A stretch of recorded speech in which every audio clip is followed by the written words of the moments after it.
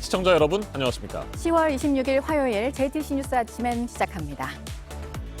대장동 사건을 수사하고 있는 검찰이 어제 성남시청을 다시 압수수색했습니다. 개발 사업 당시 성남시장을 지냈던 이재명 더불어민주당 대선 후보와 이 후보의 최측근인 정진상 전 성남시 정책비서관의 이메일 기록과 전자결제 기록을 확보한 것으로 전해졌습니다. 경찰은 이미 구속된 유동규 전 성남도시개발공사 본부장이 압수수색 당시 창문 밖으로 버렸던 휴대전화 포렌식 작업을 진행했습니다. 한편 임기를 채우지 못하고 사퇴했던 성남도시개발공사 초대 사장 황무성 씨가 외압으로 물러난 정황이 담긴 녹취록이 공개돼서 파장이 일고 있습니다. 대화 내용 중에는 정진상 전 성남정책비서관도 언급이 되는데 당시 황무성 사장이 물러나고 유동규 전 본부장이 대장동 개발 사업을 이끌었습니다. 정부가 11월 1일부터 식당과 카페 등 다중이용시설의 영업시간 제한을 풀기로 하는 등 3단계에 걸친 위드 코로나 일상회복 초안을 공개했습니다. 12월 중순부터는 대규모 행사가 가능하고 3단계 조치가 시행되는 내년 1월 말쯤에는 실내 마스크 착용을 제외한 거의 모든 규제가 풀릴 것으로 보입니다. 어제 정오까지 40분가량 이어진 KT 인터넷 장애로 곳곳에서 혼란이 빚어진 가운데 피해 보상에 대한 KT의 입장은 나오지 않고 있습니다. 전화, 인터넷, 카드 단말기까지 한꺼번에 먹통이 된 이번 사고에 대해 KT 측은 디도스 공격이라고 했다가 네트워크 설정 문제였다고 말을 바꿨습니다. 북아프리카 수단에서 2년 전 쿠데타로 독재자를 축출했던 군부 세력이 또다시 쿠데타를 일으켰습니다. 쿠데타에 저항하는 시위대를 향해 총격을 가해 지금까지 2명이 목숨을 잃었습니다. 미국은 수단 군부를 향해 깊은 우려를 나타내고 7억 달러에 이르는 원조도 중단했습니다.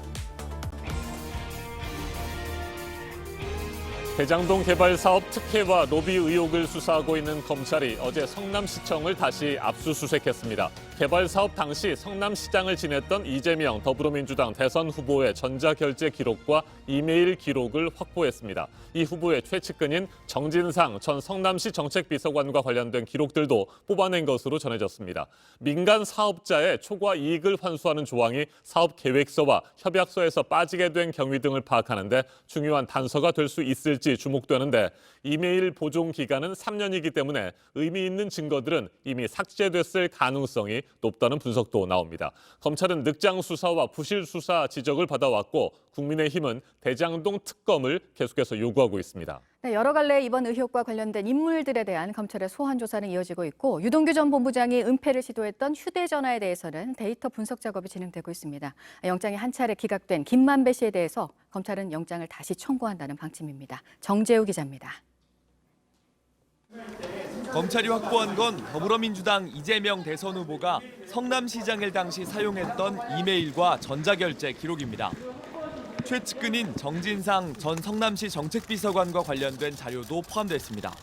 본격적인 수사에 착수한 지 26일째, 압수수색을 벌인 지 열흘 만입니다. 검찰은 대장동 개발에 인허가권을 갖고 있었던 성남시청에서 초과이익 환수 조항 같은 주요 내용이 시장에까지 보고됐는지 또 어떻게 처리됐는지 확인할 것으로 보입니다. 하지만 의미 있는 증거를 확보했을지는 지켜봐야 합니다. 사업이 본격 추진된 2015년 즈음의 기록이 중요한데 이메일 기록의 보존 기간은 3년이기 때문입니다. 게다가 3년 전 이미 성남시장이 바뀌었고 전자결제 기록 또한 삭제됐을 가능성이 있습니다. 검찰은 또 화천대유에서 근무했던 박영수 전 특별검사의 딸을 참고인 신분으로 불러 조사했습니다. 화천대유로부터 분양받은 아파트와 퇴직금 등에서 특혜성이 있었는지 여부를 밝히기 위해서입니다. 한편 경찰은 대장동 의혹의 핵심 인물 중 한 명인 유동규 전 성남도시개발공사 기획본부장의 휴대전화 데이터를 분석했습니다. 지난달 검찰 압수수색 당시 유 전 본부장이 창문 밖으로 던졌던 휴대전화입니다. 포렌식은 4시간 반에 걸쳐 진행됐습니다. 경찰은 유 전 본부장이 은폐를 시도했던 만큼 마지막으로 통화한 사람이 누구인지 등 사건을 규명할 단서가 있을 것으로 기대하고 있습니다. JTBC 정재우입니다. 2015년 2월 대장동 개발 사업 민간 사업자 공모를 앞두고 성남도시개발공사 초대 사장이었던 황무성 씨가 사퇴 압박을 받았습니다. 사장 자리에서 물러날 것을 요구받는 당시 녹음 파일이 공개됐는데 이재명 후보의 최측근 정진상 씨가 8차례 거명됩니다. 시장님 명을 받아서 한 것 아닙니까라는 대화 내용도 담겼습니다. 결국 임기가 1년 7개월이나 남아있던 황 사장은 사직서를 제출했고 유동규 본부장이 사장 직무대리를 맡은 지 2주 후에 화천대유가 참여한 하나은행 컨소시엄이 민간 사업자로 선정됐습니다. 김지성 기자가 보도합니다. 지난 2015년 2월 황무성 성남도시개발공사 초대사장 집무실에 당시 개발사업본부장 유모 씨가 찾아옵니다. 공사 내부에서 유동규 전 본부장 다음으로 실세라고 불렸던 인물입니다. 유 씨는 황 전 사장에게 사직서를 내라고 합니다. 어쨌거나 하여튼 내가 유동규랑은 만났고. 압박은 계속됩니다. 유동규를 만나서 얘기는 해봐야지. 확인을 해야 되고. 만나서 얘기하십시오. 정 실장이란 인물도 사퇴를 압박한다는 취지의 대화도 나옵니다. 당신이 엄청난 역할을 맡았구나 보니까. 그지? 정 실장이나 유동규가 직접 말은 못하겠고. 응? 나한테 이 역할 당신이 들어갔으면 당신이 내가 그러고 허기를 황 전 사장은 JTBC 취재진에게 정 실장이 민주당 이재명 대선 후보 최측근으로 꼽히는 정진상 당시 성남시 정책실장이라고 말했습니다.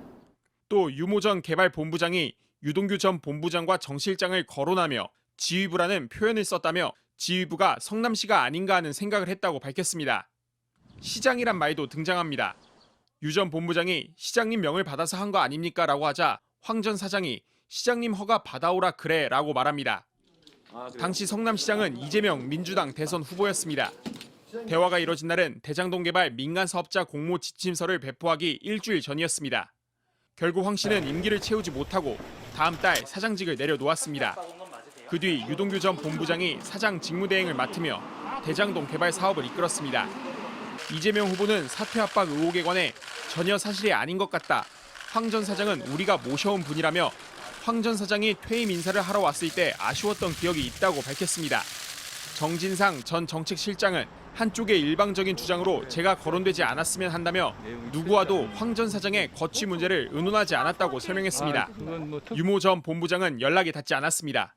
JTBC 김지성입니다.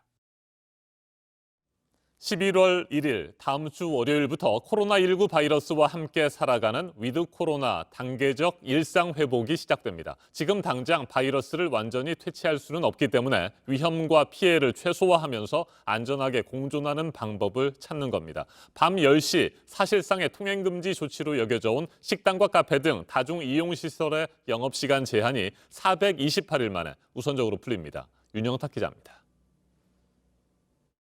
서울 홍대앞입니다. 지금까지 수도권에선 식당과 카페 모두 밤 10시엔 문을 닫아야 했습니다. 그런데 다음 달 이른바 위드 코로나가 시행되면 이런 영업시간 제한은 없어집니다. 또 모일 수 있는 사람 수도 8명에서 10명으로 늘어납니다. 더 이상 자영업자들에게 고통 분담을 요구할 수 없기 때문입니다. 한 70% 정도는 빠졌다고 보시면 되니까 매출이 나올 수 있는 그 시간이 딱 이제 잠겨버리니까 할 수 있는 게 없어요. 학원과 영화관, 공연장과 독서실, PC방도 영업 제한이 없어집니다. 노래방이나 헬스장, 목욕탕 등도 밤새 문을 열 수 있습니다. 대신 접종을 마친 사람이나 음성 확인서를 낸 사람만 들어갈 수 있습니다. 그동안 문을 닫았던 수도권 유흥시설도 자정까지 영업을 할 수 있습니다. 위험도를 감안해 백신 접종을 마친 사람만 이용할 수 있게 했습니다. 백신을 맞지 않아도 최소한 못 가는 곳은 없게 합니다. 해외 다른 나라들과 달리 우리는 스포츠 경기장이나 공연장에 들어갈 수 있습니다. 대신 프로야구는 정원의 절반까지만 허용되는 등 시설별로 인원수를 제한하기로 했습니다.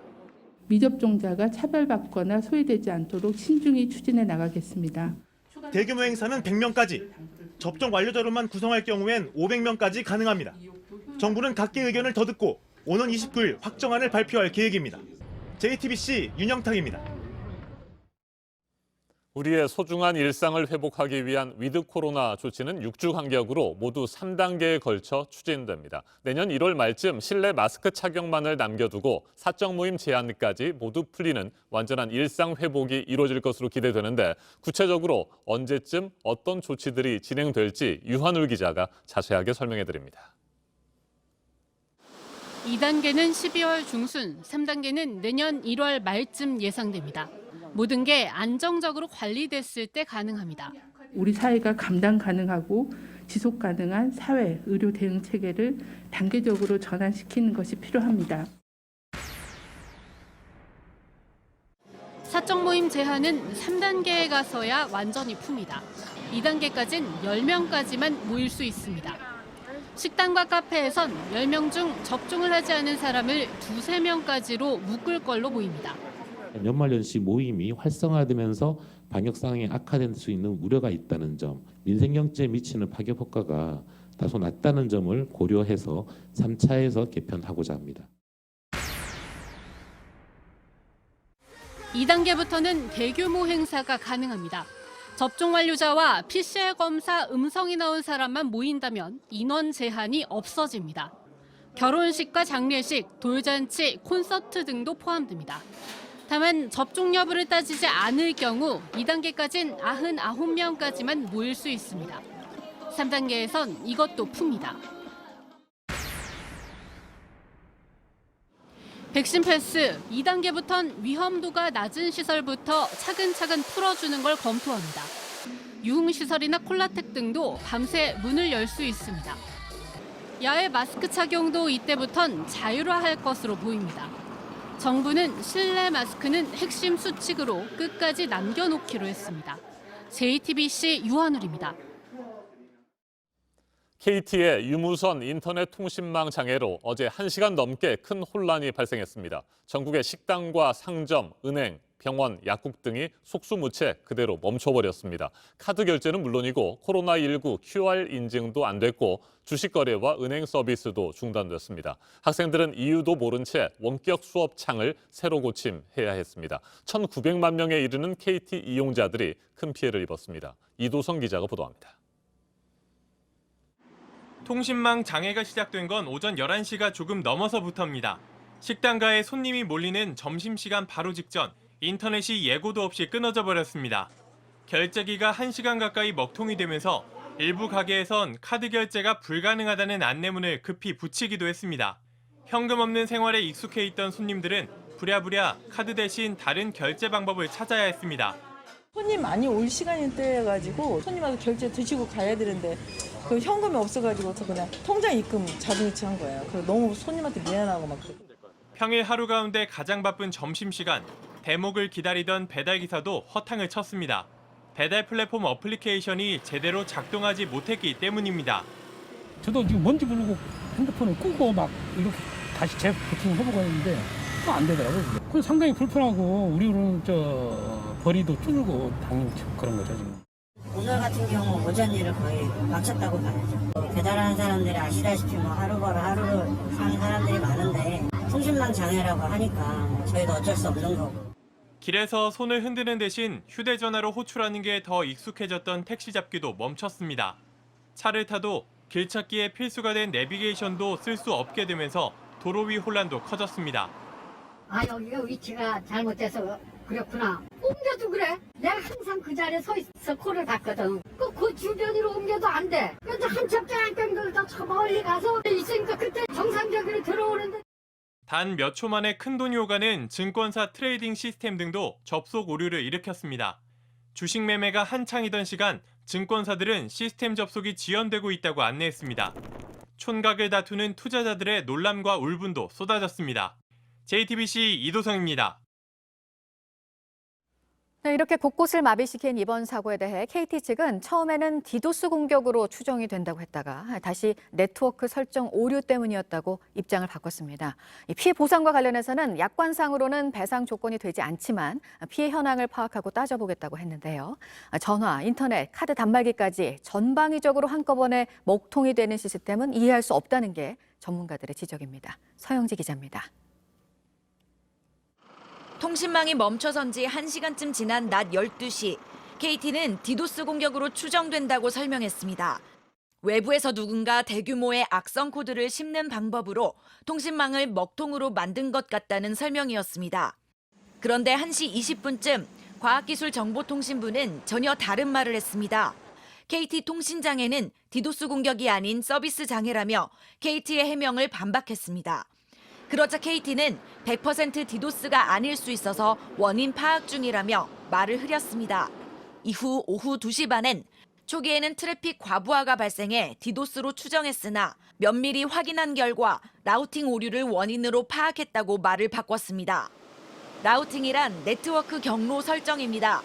원래대로라면 네트워크의 중앙부에서 데이터가 어디로 갈지 자동으로 정해줘야 하는데 정해주지 않았다는 겁니다. 예를 들어 차를 타고 목적지에 가려고 내비게이션을 찍었는데 내비게이션이 목적지를 안내하지 못한 겁니다. 디도스로 설명해 초기 혼란을 부추긴 점에 대해 KT는 실수라고 인정했습니다. 확실한 원인이 나오면 설명했어야 하는데 빨리 알리려다 보니 내부에서 초기에 언급된 디도스 가능성이 그대로 나갔다는 설명입니다. 주식 투자자를 비롯해 금전 피해를 봤다는 이들이 많지만 KT는 피해 보상에 대해 명확한 입장을 내놓지 않고 있습니다. 일단 약관상 연속 3시간 이상 또는 한 달에 총 6시간 이상 서비스가 중단되면 배상하게 돼 있는데 어제는 1시간 정도라서 배상 조건에 미치지 못한다는 설명입니다. 다만 피해 보상을 할지 하게 되면 어떤 기준으로 누구에게 할지는 피해 현황을 파악한 뒤 따져보겠다는 입장입니다. JTBC 서영지입니다. 북아프리카 수단에서 총리를 포함한 정부 인사들이 쿠데타로 붙잡혀서 구금이 됐습니다. 이 쿠데타를 일으킨 군부는 항의하는 시위대를 공격해서 사상자도 나왔는데 이에 미국은 수단에 대한 긴급 지원도 중단하기로 했습니다. 박지윤 기자입니다. 현지 시간 어제 새벽 북아프리카 수단에서 쿠데타가 일어났습니다. 쿠데타 세력은 총리를 포함해 과도 정부 강요들을 체포했습니다. رابعاً حل مجلس السيادة الانتقالي وإعفاء أعضائه. خامساً حل مجلس الوزراء. سادساً إنهاء تكليف ولاة الولايات. 군부는 인터넷을 끊고 수도 하르툼으로 오가는 다리를 차단했습니다. 쿠데타를 다시 일으킨 압델파타 부르한 장군은 2019년 30년 독재자 알바시르 전 대통령을 몰아냈던 쿠데타의 주역입니다. 부르한은 이후 인정 이양을 논의하는 주권위원회 위원장을 맡아왔습니다. 하지만 과도 정부에 참여한 각 정파사의 분열로 사회 불안정은 지속됐습니다. 가택 연금 상태였던 함도 총리는 대국민 성명을 통해 쿠데타 세력에 대한 저항을 촉구한 뒤 모처럼 끌려간 것으로 전해졌습니다. 시민들은 타이어를 불태우며 반쿠데타 시위를 벌였습니다. بسم الله الرحمن الرحيم نداء عاجل لكل المواطنين السودانيين أن يلبوا لحماية ثورتهم. الحقيقة إن العمل الذي يقومون به العسكر خيانة كبرى للمواطنين كلهم على كافة الأصعد. 군부가 시위대를 향해 발포해 최소 2명이 숨지고 80명이 다친 것으로 전해졌습니다. 미국을 비롯해 국제사회는 깊은 우려를 나타냈습니다. The United States is pausing assistance from the $700 million in emergency assistance appropriations of economic support funds for Sudan. 안토니오 구테우스 유엔 사무총장도 구금된 총리와 정부 관리들을 즉각 석방하라고 촉구했습니다. JTBC 박지윤입니다. 이번에는 오늘 아침 체크해봐야 할 뉴스들을 분야별로 살펴보겠습니다. 먼저 정치 분야입니다. 문재인 대통령과 이재명 더불어민주당 대선 후보가 오늘 오전 청와대에서 만납니다. 이 후보가 민주당 대선 후보로 선출된 지 16일 만입니다. 모두 발언까지만 공개하고 이후에는 비공개로 진행됩니다. 이재명 후보는 오늘 오후에는 정세균 전 국무총리를 만나서 선대위 참여를 요청할 예정입니다. 국민의힘이 공직 후보자 역량 강화를 위한 자격 시험을 도입하기로 했습니다. 선거 출마자들을 대상으로 정당법과 지방자치법, 당원, 당규 등을 묻는 시험과 경제, 외교, 국방 등 시사 현안을 묻는 시험을 치르고 성적 우수자에게는 가산점을 줄 예정입니다. 정당 역사상 첫 시도로 내년 6월 지방선거부터 적용할 것으로 보입니다. 불법 후원금을 모금한 혐의로 재판에 넘겨진 국민의힘 김선규 의원에게 검찰이 당선 무효에 해당하는 징역 1년 6개월을 구형했습니다. 김 의원은 지난해 총선을 앞두고 연간 1억 5천만 원으로 정해진 한도를 초과해 후원금을 모금하고 영수증을 발급하지 않은 혐의를 받고 있습니다. 선고는 다음 달 15일에 내려집니다. 일반 청약자 몫의 공모주 물량을 100% 균등 배정하는 카카오페이의 공모 청약 첫날 증거금이 2조 원가량 몰렸습니다. 하루 경쟁률은 10대 1가량이었는데요. 오늘 오후까지 청약을 받습니다. 코로나 방역 조치로 손실을 입은 소상공인들에 대해서 보상액과 그 대상자 수 등이 오늘 최종 확정이 되는데요. 신청 접수는 내일부터고 신청 후 이틀 내에 지급이 될 예정입니다. 이재용 삼성전자 부회장의 프로포폴 불법 투약 혐의에 대해서 1심 선고가 오늘 나옵니다. 프로포폴 투약 횟수를 추가로 파악해서 정식 재판을 요청한 검찰은 벌금 7천만 원을 부여했습니다. 계속해서 사회분야 뉴스입니다. 복싱 세계 챔피언이었던 장정구 씨가 폭행 혐의로 검찰에 송치됐습니다. 지난 8월 택시기사와 말다툼을 벌이다가 폭행한 혐의를 받고 있습니다. 당시 장 씨는 술에 취한 상태였고 택시기사는 크게 다치지는 않은 것으로 전해졌습니다. 어제 오후 3시쯤 경기도 성남시 분당의 대한송유관 공사 정문 앞에서 6중 충돌 사고가 발생했습니다. 내리막길에서 내려오던 유조차가 속도를 줄이지 못하고 차량 5대를 잇따라 들이받아 20대 승용차 운전자가 숨졌습니다. 다른 차에 타고 있던 운전자와 동승자 등 3명이 다쳐 병원에서 치료를 받고 있습니다. 비슷한 시각 제주 서귀포시에서는 관광객이 몰던 렌터카가 편의점으로 돌진했습니다. 주차를 하던 도중 브레이크 대신 실수로 가속 페달을 밟은 것으로 알려졌는데 편의점 유리창과 내부 시설이 부서졌고 차에 타고 있던 동승자 1명이 다쳤습니다. 피카소의 작품 11점이 미국에서 열린 경매에서 우리 돈으로 1,300억 원가량에 팔렸습니다. 피카소 탄생 140주년을 맞아 특별 기획전으로 경매가 열린 건데 예상가를 훨씬 넘긴 초상화 작품도 있었습니다. 미국 뉴욕에서 한인회 주최로 코리안 페스티벌이 열렸는데요. 씨름 같은 전통 놀이, 또 김치 같은 우리 음식 등을 체험하는 그런 자리가 됐습니다. 가장 인기가 많았던 것 가운데 하나는 역시 오징어 게임 속에 등장한 달고나였습니다. 지리산 국제환경예술제가 오늘부터 경남 하동에서 열립니다. 대한민국 환경생태미술대전의 작품 등이 전시가 되는데요. 12월에는 기후 문제 관련 포럼도 열릴 예정입니다.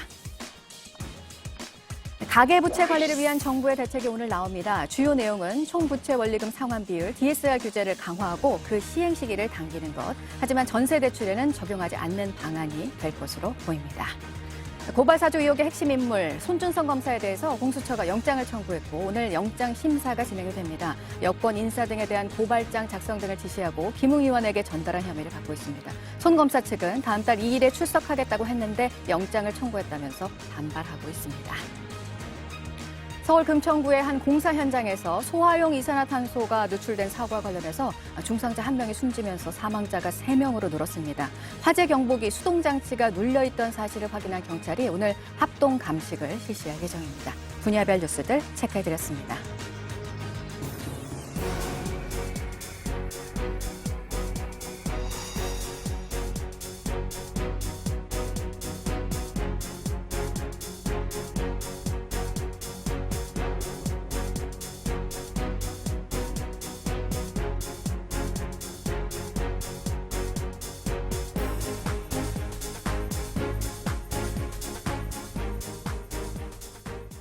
네, 화요일 아침 7시 43분 지나고 있습니다. 다음 주 월요일부터 이제 단계적인 일상 회복이 시작되는 만큼 확진자 상황에 더 촉각을 곤두세우게 됩니다.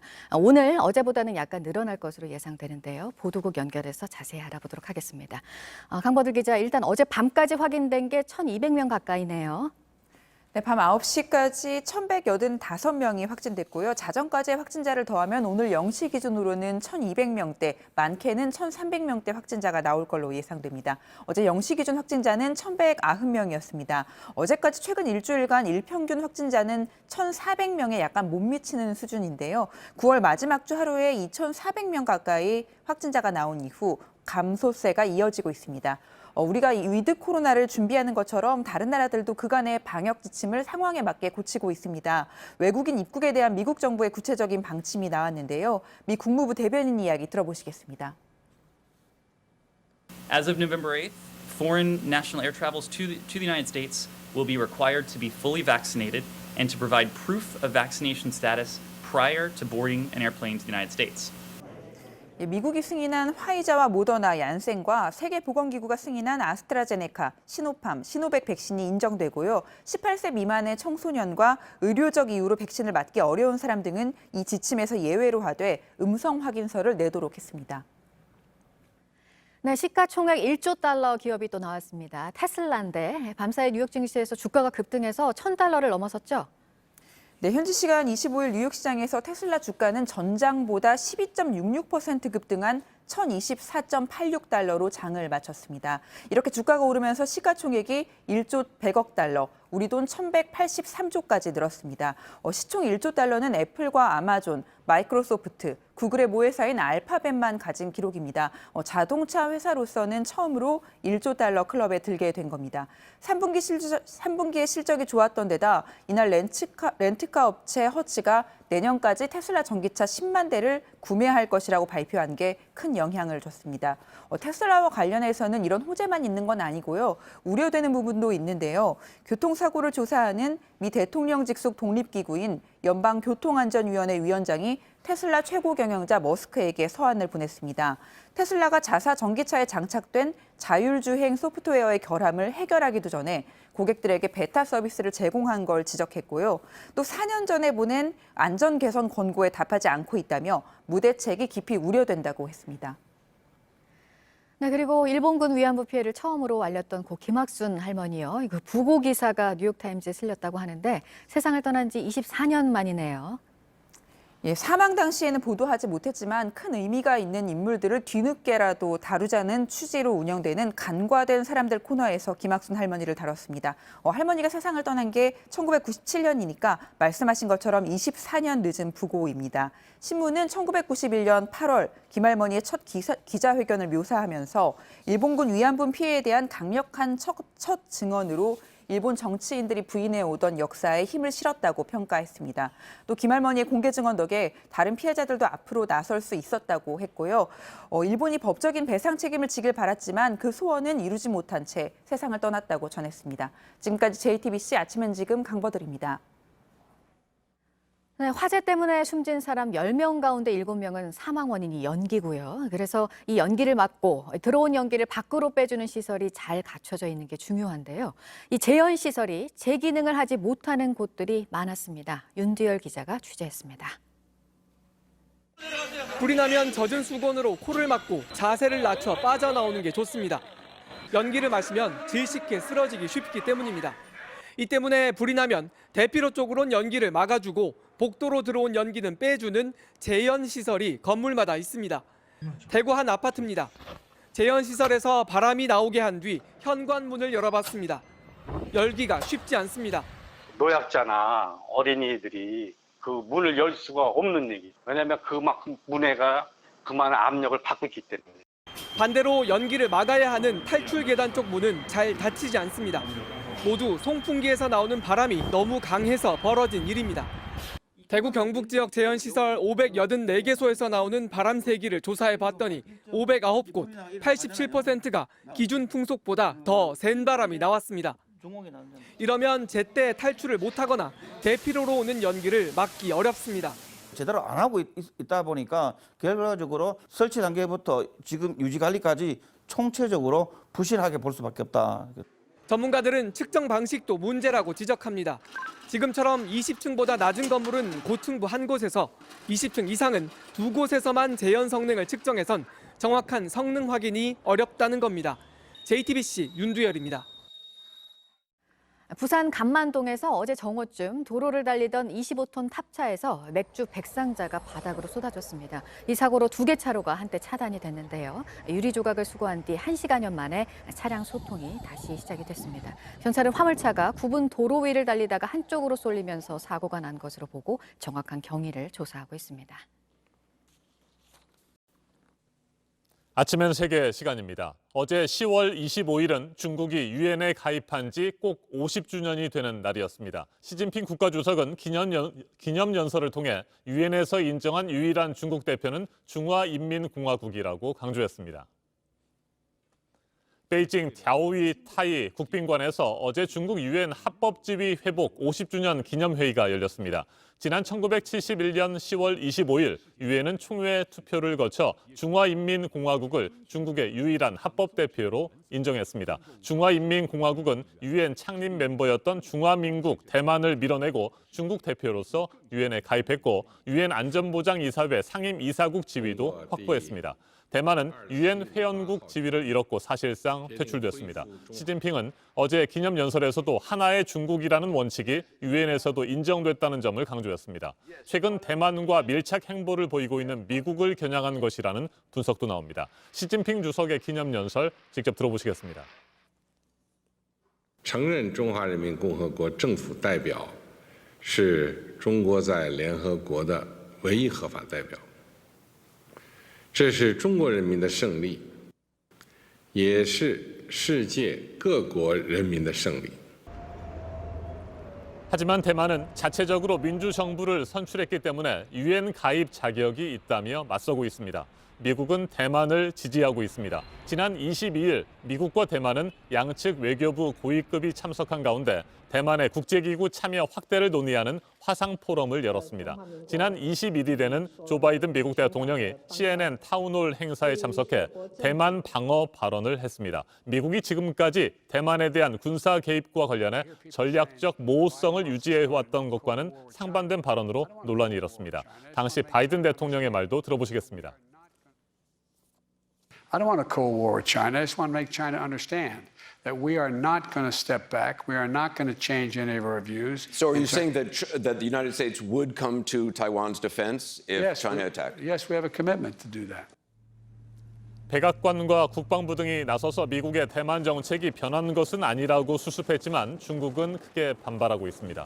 이 같은 상황에서 해상연합훈련을 진행 중이던 중국과 러시아 함정은 지난 18일부터 닷새 동안 일본 열도를 포위하듯 한 바퀴 돌면서 무력 시위를 벌였습니다. 군사적 긴장감이 고조됐습니다. 국제 해협을 통과한 것이어서 국제법상 문제는 없지만 지금까지 전례가 없는 일로서 그 배경이 주목됩니다. 중국의 유엔 가입 50주년을 맞아 대만을 놓고 더욱 격화되고 있는 미국과 중국의 신경전. 중국 전문가와 좀 더 자세하게 짚어보겠습니다. 강준영 한국외대 국제지역연구센터장 전화로 연결됐습니다. 교수님 안녕하십니까? 네, 안녕하세요. 네, 먼저 중국의 상황부터 살펴보죠. 최근 잇따라 무력 시위를 벌이는 등 대만을 향한 압박을 강화하고 있습니다. 어제는 유엔 가입 50주년 기념회의를 열었는데 시진핑 주석 기념연설에서 사실상 미국과 대만을 향해 견제성 발언을 했습니다. 하지만 직접 언급을 하지는 않았거든요. 어떻게 보셨습니까? 네, 직접 언급을 하지 않았어도 어쨌든 그 행간에 중국과 미국과 대만을 견제한 거가 분명히 드러나죠. 지금 아침에 보도하셨습니다마는 이 중국의 유일한 합법 정부가 중화인민공화국이고 유엔이 그걸 인정한 거다. 네. 그러니까 하나의 중국에 있어서 국제사회가 분명한 인식을 가져야 된다 이렇게 얘기하는 거죠. 최근에 그 미국의 대만 교류 강화라든지 이런 데 대한 반대 입장을 보이는 거고요. 또 하나가 다자주의를 강조했습니다. 유엔이 회원국이 같이 국제 규칙을 만들어야지 특정 개별 국가가 이걸 끌고 가면 안 된다. 당연히 미국을 겨냥한 거죠. 네. 직접적으로 언급은 하지 않았습니다만 쿼드라든가 오커스 같은 소집단주의에 반대한다라는 뜻을 분명히 했고요. 또 하나 진정한 다자주의는 중국이 실천하고 있다. 뭐 평화유지군 활동이라든지 코로나 사태에서 백신 공급을 한다든지 이렇게 국제사회와 같이 가는 나라가 중국이다. 이런 걸 강조하고 나온 것 같습니다. 네, 미국의 입장도 궁금합니다. 바이든 대통령의 대만 방어 발언으로 상당한 후폭풍이 불었고요. 공식적인 포럼을 통해서 대만의 국제기구 참여 확대를 지지하기도 했습니다. 네. 대만 문제에 대한 미국의 속내는 뭘까요? 기본적으로 이 전략적 모호성이라는 게 있지 않습니까? 네. 하나의 중국, 하나의 대만 이렇게 애매한 표현을 쓰면서 지금까지 왔는데요. 특히 그 트럼프 행정부 말기부터 그리고 바이든 행정부 들어서서 이 지역 안보 전략에 있어서 대만의 지위를 확대해주는 역할을 미국이 배후에서 대만에 주고 있는 거죠. 그리고 대만이라는 지역이 국가로는 전 세계 15개밖에 인정을 받고 있지 15개 나라만 인정을 하고 있지만 네. 이 민주동맹의 일원으로 미국이 볼 때는 가치가 있는 겁니다. 거기에 또 이 지금 반도체가 굉장히 전 세계적으로 초미의 관심사가 되고 있는 산업 분야인데 이 TSMC라는 대만 기업이 상당한 역할을 하고 있거든요. 그러니까 이런 전체적인 중국에 대한 압박 카드로 대만을 많이 활용을 하는 이런 상황이고 대만이 가장 아쉬워하고 목매어하는 국제공간 확대를 미국이 배후에서 적극 지원하고 주도한다. 이렇게 보시면 될 것 같습니다. 자, 그리고 대만은 유엔에 다시 가입하겠다는 입장입니다. 지난 10일 대만 건국 기념연설에 나선 차이잉원 총통 다시 한번 주권 확보와 국토 수호를 강조했습니다. 하지만 그러면서도 우리가 바라는 것은 현상 유지다 이렇게 밝히기도 했는데 이건 어떤 의미로 해석을 해야 되겠습니까? 네, 이 현상 유지가 국민당 시절의 현상 유지와 지금 차이잉원 민진당 정부의 현상 유지가 좀 다른데요. 기본적으로 그 현상 유지 속에서 뭐가 핵심이냐 하면 통일이 불필요한 현상 유지라는 거죠. 그 중국과 대만은 각각 존재하고 대만은 대만의 주체성을 가지고 발전할 수 있다. 다만 역사적 상황이나 교류의 역사가 그대로 있으니 양안이 긴장을 완화하고 같이 공동으로 발전했으면 좋겠다. 이런 얘기는 하고 있습니다. 그런데 유엔 가입 같은 경우는 쉽지 않습니다. 이게 왜 그러냐면 중국은 유엔 가입 시도 자체를 대만이 시도하는 것 자체를 국가 분열 행위로 간주를 하고 있고 그러면 무력 사용 불배제 원칙 항목에 들어가는 거죠. 이렇게 되면 또 긴장이 높아질 수 있기 때문에 그 부분은 조금 더 지켜봐야 될 것 같습니다. 알겠습니다. 말씀 잘 들었습니다. 강준영 한국외대 국제지역연구센터장이었습니다. 대만 문제를 놓고 미국과 중국의 패권 다툼이 또다시 거세지고 있습니다. 대만 해협을 둘러싼 긴장 고조는 한반도 안보 정세에도 불안 요소로 작용할 수밖에 없습니다. 우리 역시 관심을 갖고 대응 전략을 고민해야 할 것으로 보입니다. 지금까지 아침 연세계였습니다.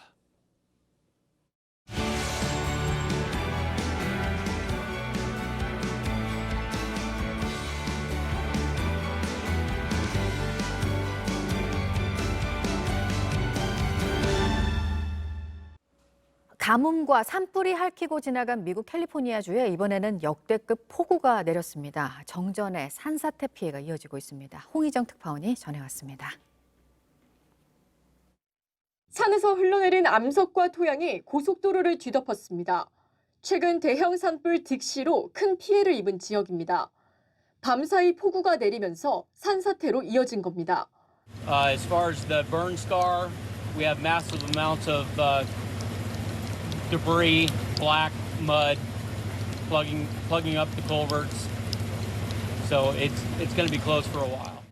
샌프란시스코 금문교를 지나는 차량에선 강한 바람 때문에 요란한 소리가 이어집니다. 댐 일부가 무너지면서 주변 지역이 침수됐고 마을은 온통 물에 잠겼습니다. My whole garage is up to my kneecaps. Everything is floating around. 갑작스런 물난리에 주민들은 대피했습니다. To prevent flooding from getting into his home. So we're just trying to prevent water coming into our property. So we're doing some big backstands basically. 지난 3월 이후 전혀 비가 내리지 않았던 세크라멘토 시내에는 24시간 동안 127mm가 내렸고 인근 지역에서는 하루 만에 150mm 이상의 비가 내렸습니다. 현재까지 2명이 사망하고 수십만 명이 정전 피해를 입었습니다. 기상 전문가들은 이 같은 널뛰기 날씨를 기후변화의 영향으로 보고 있습니다. 태평양의 습한 공기층인 이른바 대기의 강이 유입되면서 발생한 것으로 분석됩니다.